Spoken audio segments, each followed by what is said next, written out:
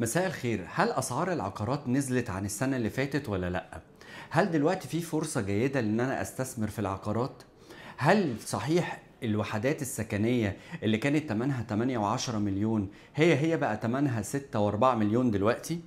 خليني في الفيديو ده أحكي لحضراتكم لأن في تغيرات حصلت في السوق العقاري بالنسبة فيما يخص الأسعار، وهقول لكم هي رخصت ولا غليت وتستثمر فيها ولا ما تستثمرش. مع حضراتكم المهندس مهدي رجب، سي او لشركه توب مانجمنت. وخليني اوضح لحضراتكم، السنه اللي فاتت كان الدولار زي ما حضراتكم عارفين وصل لغايه 70 جنيه، فبالتالي سعر المتر المطور كان بيزوده عشان بيعمل حساب ان لو حصل انفليشن او تضخم في المستقبل ما يقعش ان تكلفه البناء بتزيد عليه. لما حصل استقرار سياسي ادى لاستقرار اقتصادي، فبالتالي سعر الدولار نزل، فبالتالي مواد البناء سعرها نزل، فبالتالي بقى المطور بيسعر التسعير الطبيعي اللي كان موجود قبل كده زمان. فبتلاقي حضرتك دلوقتي في مشاريع كتيرة جدا بتطرح اليومين دول، تلاقي سعر المتر طوب أحمر 28 26 29 أقصى حاجة 30، وتلاقي المتشطب بيبتدي من أول 35 لغاية 45.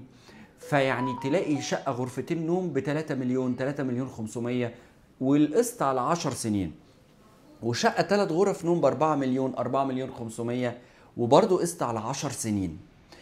ده موجود في العاصمة الإدارية الجديدة والتجمع الخامس، والجديد كمان ان هو في التجمع السادس، والجديد كمان ان هو موجود في التجمع الخامس عند منطقة الأندلس. بقى في بعض المشاريع لمطورين بياخدوا 5 فدان 10 فدان 15 فدان، ويعمل مشروع مثلا سكني لكومباوندز بيبيع فيه سعر المتر 28 29 الشقة كلها على بعضيها ب 3 4 مليون جنيه قسط على 10 سنين.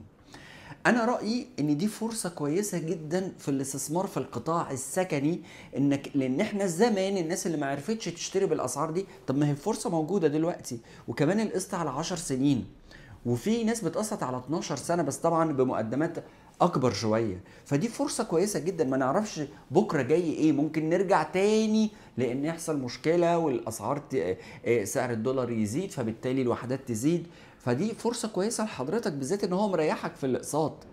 يعني تخيل بمقدم 300 400 الف وبتدفع قسط شهري 15 20 الف، حاجات بسيطه جدا. ممكن حضرتك تستغل الفرصه دي. صحيح مشاريع تحت الانشاء هتستلمها كمان 3 سنين او 4 سنين، بس هي فرصه كاستثمار، بالذات لما ان فوائد البنوك قلت دلوقتي والذهب طلع خد اعلى يعني اعلى قيمه ليه، هينزل شويه ويطلع تاني، فبرضه مش مستقر. فيما يخص بقى القطاع التجاري والاداري ما حصلش فيه الجاب الكبيرة اللي حصلت في السكني، لكن برضو الأسعار في الإداري والتجاري مقارنة بالسنة اللي فاتت هديت شوية أو قلت شوية.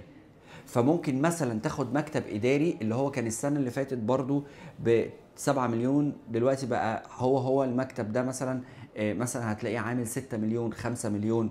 في مشاريع جديدة بتطرح اليومين دول.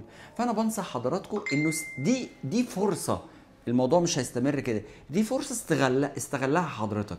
تقدر ان انت تكلمني على الارقام اللي قصاد حضرتك، وانا ارشح لحضرتك سواء محل تجاري او مكتب اداري او وحدة سكنية. حتى المطورين الكبار زي سودك وبالم هيلز وتطوير مصر نازلين باسعار مختلفة تماما واقساط طويلة. فلو عايزين بتفكروا في الاستثمار العقاري تقدروا تبعتولي على ارقام الواتساب اللي قصاد حضراتكم. شكرا.